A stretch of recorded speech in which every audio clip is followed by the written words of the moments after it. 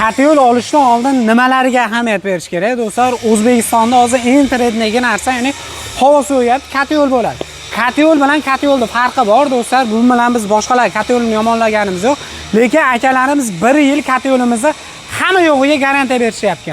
O'zbekiston bo'ylab dastlabki mutlaqo tekin bo'ladi. Nimaga unaqa? Mana ichlarigacha ochib berdi, do'stlar. Ya'ni shneklarga ahamiyat bersangiz, cho'tka holatda turibdi. Undan tashqari do'stlar, motorlari 220 lik liboy narsani maydalab tashlayverar ekan. Ya'ni umuman tanlamaydi. Korpuslariga keladigan bo'lsak, yaxshisidan bo'ladi, ushlaydigan joylari temir bas. Shugundan bo'ladi, ya'ni qizdirib yormaydigandan bo'ladi. Shunisiga ahamiyat berasizlar. Kitob shaklida listlarimiz, ya'ni svarkalanmagan, ya'ni mana shunaqa uklon holatda ketgan bo'ladi. Bu nimaga kerak desam ham do'stlar, svarka payti kelib qo'yib yuborishi mumkin, lekin akalarimiz shuni hisobini olgan bo'ladi. Miyalari oddiy holatda liboy odam tushunadigan holatda bo'ladi. Bitta zapravka qilasiz, shu bilan eng kami 1,5 kundan boshlab turib 3 sutkagacha bemalol tez bo'laveradi. Ya'ni temassiz bo'laveradi. To'liq ma'lumotni endi ustagamizdan olamiz. Ustaga yaxshimisiz? Alaykum assalom, yaxshimisiz? Suyimsaga, charchabek, ishlar yaxshimi? Xudoga shukr. Xo'p, aka ma'lumotlarini bersak birma-bir. Xo'p. Katyolimiz haqida.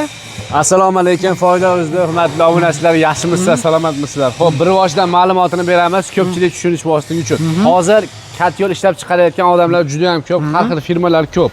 Endi biz ishlab chiqarayotgan katyollar 220 ga ishlaydigan motorchiga Xitoydan podzakaz keladi. Bundan tashqari shinegi aqlli bo'ladi. Sababi bu motorchik, ya'ni ko'mir tiqilib qolish xavfini oladi. Ya'ni tiqilib qolgan mahal orqaga yuradi, keyin yana oldiga yuraveradi, aqlli bo'ladi. Bundan tashqari aqlli miya bilan joylashtirilgan bo'ladi. Buni vazifasini aytadigan bo'lsak, vazifasi shundaki, taymer qo'yasiz. O'zi ko'mirni qancha vaqt ichida olib kirib ketishi, sekundigacha kirgizsangiz bo'ladi. O'chirib yoqish, ventilyatorning knopkasi, hamma narsasi o'zi aqlli bo'ladi. Bir gap bilan aytganda, bu aqlli katyol hisoblanadi. Bu yonidagi bunkeriga hozirda 4 qop, 5 qop atrofida ko'mir sig'adi. O'rtacha holatda. O'rtacha holatda. Endi bizda ko'mirda kaloriyasi har xil. Belolma deymiz, angren ko'mir deymiz, qirg'iz ko'mir deymiz. Bularda kaloriyasining farqi bor. O'shaning uchun iloji boricha yaxshi ko'mir ishlatilsa, rasxodi ham nisbatan ozroq bo'ladi. Kaloriya degani bu, ya'ni olovda gradiyasi o'shancha balandroq bo'ladi. Yaqinroqqa kelasiz. Katyolimiz hozirda 2 qavatdan iborat.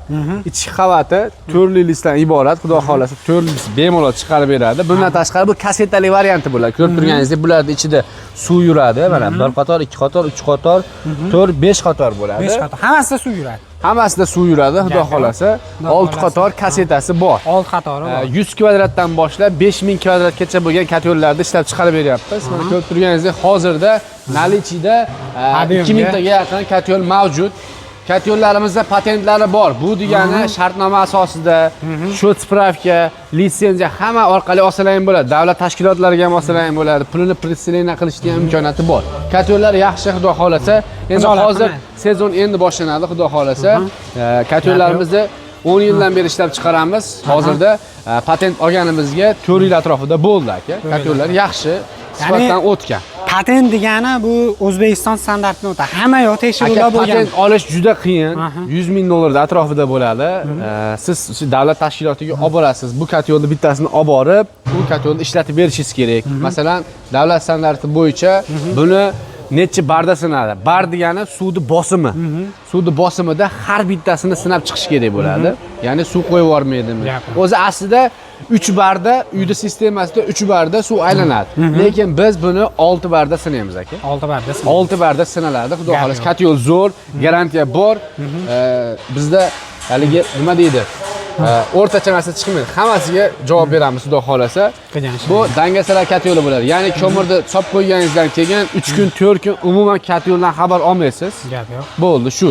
Xudo xolasa. Endi mana aka, eng ko'p berilgan savol. Eng kichigi necha kilo ko'mir rasxod qiladi sutkasiga? Eng kichigi o'rtacha hozirda sezon kunlarida 30 kilo rasxod qiladi. 30 kilo, 35 kilo eng kichkinasi. Eng kichkinasi. Ya'ni 150 mi, 100 mi bu? 100, 200, 300 rasxodi o'rtacha bir xil bo'ladi. Nimaga? Katyolning bichimi bir xil bo'ladi. O'shaning uchun shunaqa rasxod qiladi. Yana bitta narsa aytmoqchiman. Ko'pchilik katyol tanlayotganda bitta narsaga adashishadi. Misol uchun, santexnik bilan bemaslahat olishadi. Maslahatim santexnik bilan maslahatlashish kerak. Sababi topli polga alohida, radiator sistema deydi buni. Kvadrat alohida bo'ladi. Kvadrati alohida hisoblanadi. Topli polga misol uchun 200 kvadratli kotel olsangiz, 200 kvadrat uyingiz bor, yo'q.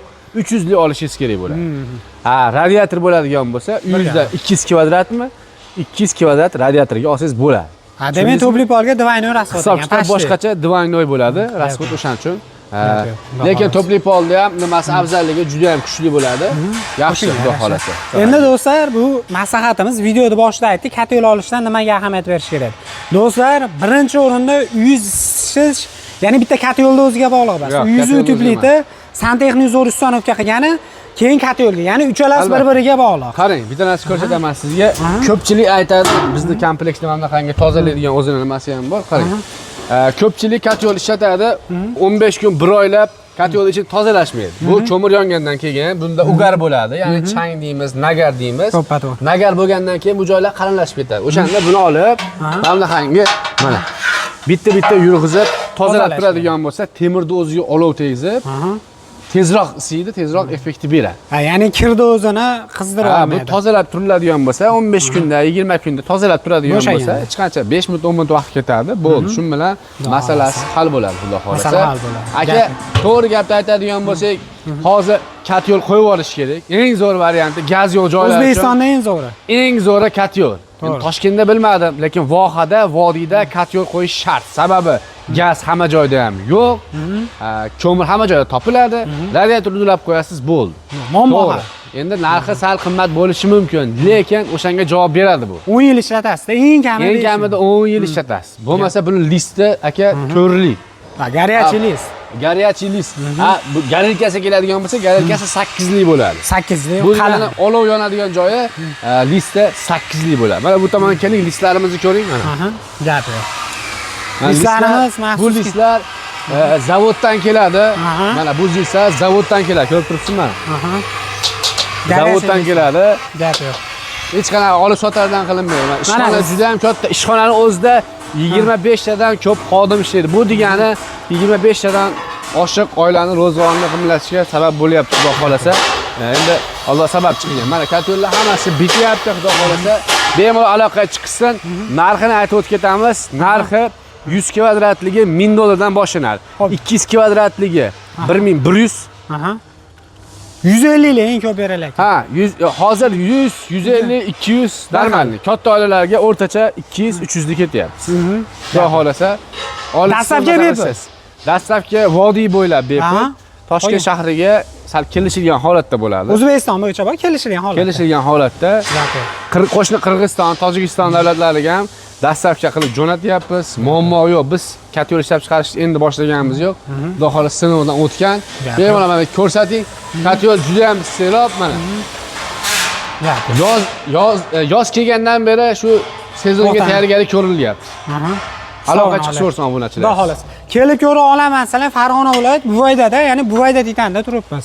Pastdagi nomerlarga aloqa qilsangiz, to'liq ma'lumotni albatta akalarimiz berishadi. Aloqa chiqsin. Foiz Abdumalikdan oldimizda yana chegirmalar bor. Iloji boricha skidka qilib beramiz. Mana aloqa chiqsin. Sog' bo'linglar, salomat bo'ling.